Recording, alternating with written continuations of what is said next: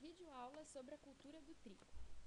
A cultura do trigo, no Brasil, ela ocupa uma área de 2.181,8 mil hectares, com uma produção média de 4.813,8 mil toneladas.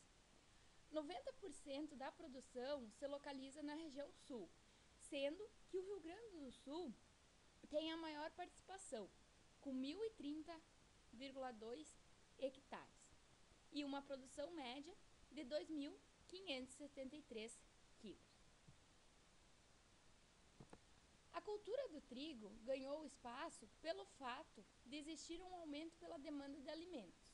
Também é necessário e se tem a necessidade de aumentar a produtividade. Outro fator de destaque na produção do trigo é a importação, que a maior parte da produção é produzida para a importação. A importância do trigo é principalmente para as propriedades pequenas, onde ela vai ocorrer a diversificação, também como rotação de culturas.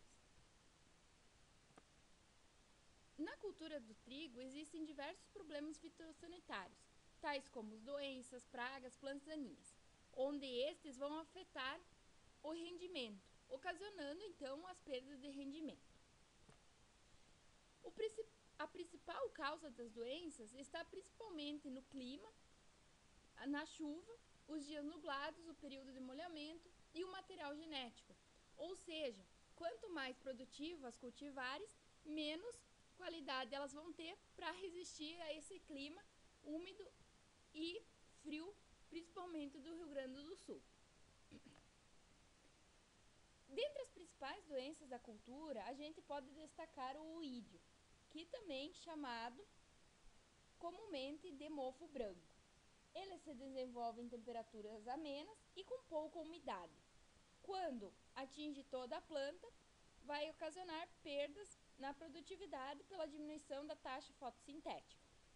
Já a ferrugem da folha produz pústulas, então, alaranjadas em toda a folha, também ocasionando perda de rendimentos de grãos. Quando ela ataca toda a planta, ela pode ocasionar perdas de até 30% da produção. A mancha amarela é mais intensa, ocorre em lavouras, então, de monocultura e é mais intensa das doenças. Ela tem pontos escuros, marrom com halo amarelado. Chuva e frio, então, vão ocasionar essa doença. E as condições favoráveis do Rio Grande do Sul. Então, mancha amarela é uma doença que está sempre nas lavouras. Já a giberela ocorre na floração, ou seja, ela vai ocasionar grãos esbranquiçados e vai afetar a produção e também a qualidade, porque ela produz micotoxinas.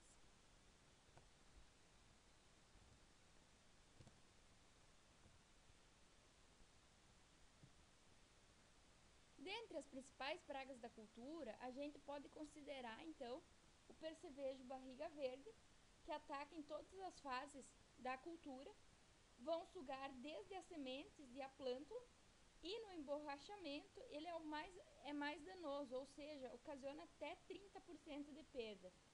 O pulgão alimenta-se, então, da seiva, é vetor de doenças, né? Pode transmitir doenças, então, e reduz a produção, principalmente afetando o tamanho dos grãos. Já a lagarta alimenta-se então durante a noite, durante o dia ela fica escondida, tem hábito noturno, consome as folhas e quando a planta estiver mais desenvolvida, elas cortam as espigas. Também ocasiona perdas de até 30%.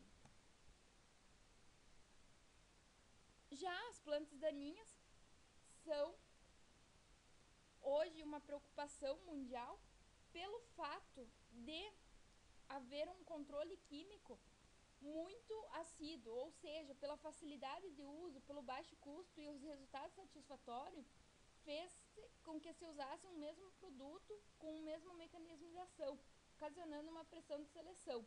Ou seja, ocorreu uma mudança na flora e ficou os biótipos mais adaptados. Duas plantas, então, que hoje são reconhecidamente danosas para a cultura do trigo é o azevém e a buva. O azevém, então, pertence à família Poaceae, é uma planta anual ou bianual, é morfologicamente variável. Seu uso, então, principalmente cobertura morta e uso para as pastagens, tem uma grande dificuldade no controle por ser uma cultura, então, utilizada pelos produtores. A buva, então, pertence à família das asteráceas, é uma planta anual com alta produção de sementes e ela tem uma adaptabilidade ecológica, ela cresce em diversos ambientes e ela, tendo luminosidade, ela vai se desenvolver com difícil controle. Então, um dos manejos ideais para as doenças é a rotação do mecanismo de ação do fungicida, a rotação de culturas e a aplicação de doses recomendadas e na hora adequada. Já para as pragas, é a rotação do mecanismo de ação do inseticida, fazer um controle preventivo e usar inseticidas seletivos aos inimigos naturais. Já para as plantas daninhas, é a rotação do mecanismo de ação, rotação de culturas e utilizar o manejo sequencial. Seria mais ou menos esses fatores que a gente deve levar em consideração para se fazer um manejo ideal. Obrigada.